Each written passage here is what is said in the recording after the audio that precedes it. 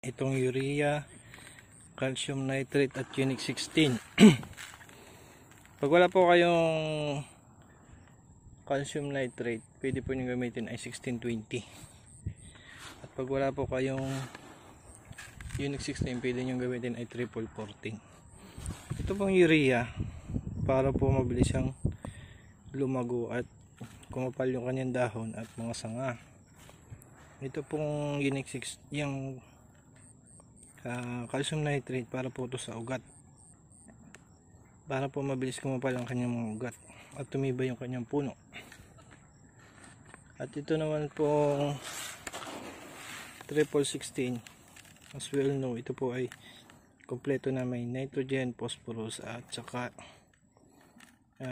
potassium, para po sa magandang pagbulas ng halaman. Kaya po halo-halo atin yan.